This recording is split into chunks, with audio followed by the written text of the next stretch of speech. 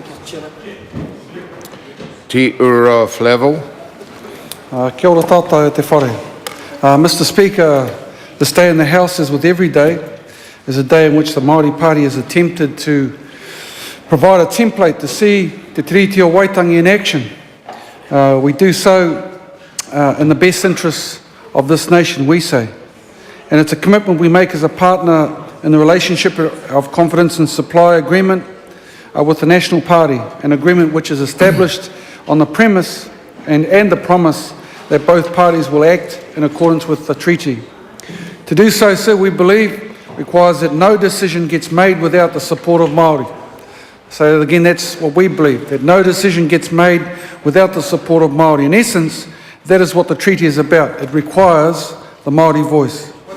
This is what the Māori Party affirms, and it is a vision for governance which suggests that, as provided for in the treaty, tangata whenua should have an equitable say in the decisions that affect them through treaty-based representation. And so today, sir, is a significant benchmark to assess how well the current government is meeting its own responsibilities. Mr Speaker, this third and final bill to implement the government's governance arrangements for the Auckland region is an opportunity to make right the wrongs incurred by previous efforts. The bill amends the Local Government Tāmaki Makaurau Reorganisation Act 2009 and the Local Government Auckland Council Act 2009 to resolve further matters relating to the reorganisation of local government in Auckland. As the House is well aware, the Māori Party vigorously opposed the first two bills to implement the government's governance arrangements for the Auckland region, the Local Government Tāmaki Makaurau Reorganisational Bill and the Local Government Auckland Council Bill. It would not be stretching the point too fine to say that about the only mention of Māori throughout these two bills was in the title, and even then that came about as a rebuttal to the constant filibustering from the other side of the House. Mr Speaker, it was with pleasure that I listened in the House today to learn that members of the Labour Party have been reading the excellent releases and report from the Māori Party, including our recent statement last week about Māori representation on local government. Mr Speaker, the research by Kāhui Tautoko Consulting Limited for the Department of Internal Affairs found that, quote, key to effective participation in better decision-making was having Māori representatives with the same status as other elected councillors, end of quote. It could not have been better timing to be told again that local government authorities work more effectively when they have Māori representation. And so in our haste to make decisions on the interim and transitional provisions for the operation of the Auckland City Council from November 1, 2010, Māori representation must surely be given.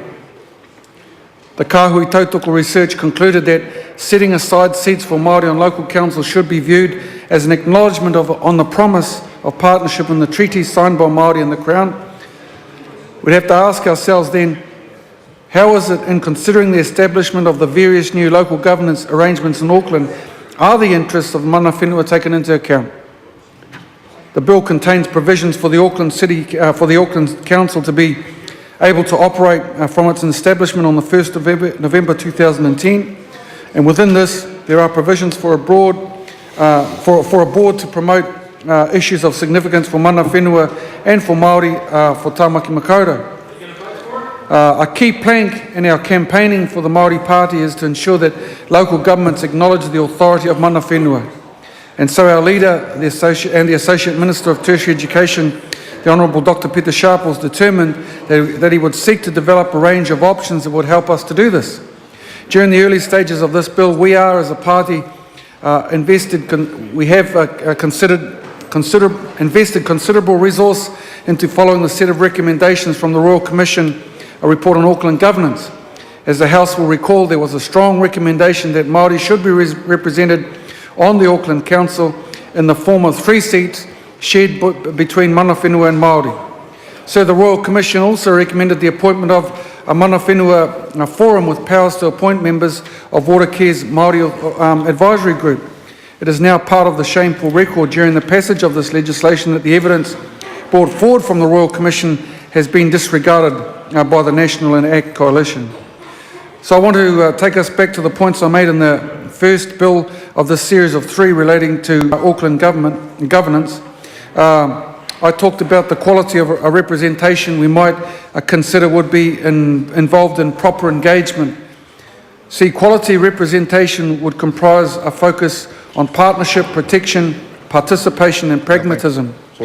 Quality representation in local government is best determined and demonstrated by a tight organisational structure, the appropriate environment and leadership that promotes and enhances the recognition of Māori values. Proper engagement would involve the protection of mana whenua, of wāhi tapu and taonga Māori. Proper engagement is expressed by meaningful and mutual beneficial participation of Māori in the Council. Proper engagement is in the practical means of maintaining and resourcing a consultative mechanism and a mechanism for tangata whenua and Council to contribute to a decision-making process. Mr. Speaker, despite the Royal Commission's definitive conclusions, despite the calls from the people of Auckland, despite the submissions overwhelmingly in support of Māori representation, the statutory Māori board put up by my colleague Dr. Sharples, we find ourselves at this juncture still no further along the way. And so I find myself turning to the deliberations from the hui held on the 4th of December 2009 at Te Noho Kotahitanga Marae in Auckland. That hui was entitled Local Government and Māori Beyond the Super City. Ko te hea te horahi tika. Dr. Sharples announced the substance of the proposal around the independent statutory board, but it would be fair to say that it did not receive the widespread endorsement of the hui. The purpose of the statutory board is to, quote, promote cultural, economic, environmental and social issues of significance for mana whenua and Māori of Tāmaki Makaurau to assist the Auckland Council in making decisions, performing functions and exercising powers, end of quote. So it was a noble attempt, but in effect it does not have any more powers than an advisory board. The Council can be prompted to, promoted to or guided by the board and can consult with the board and take into account their advice, but all decisions are still made by the Council. So when a decision is required, such as the appointment of Māori members to select Council committees, the authority that oversees the decisions of the board is strictly governed by that Council. So never one to give up, we continued in the best of our tribal traditions to explore ways in which to amend the Local Government Act and subsequent super city legislation to ensure the mandatory adoption of Māori seats at local government level. We have not been successful in this bill and we will oppose it therefore at its first reading. But we will never lose hope that the commitment to treaty justice, the commitment to partnership and protection, participation and pragmatism will live for another day, and we in the Māori Party will be there to make sure to hold the government to account on that.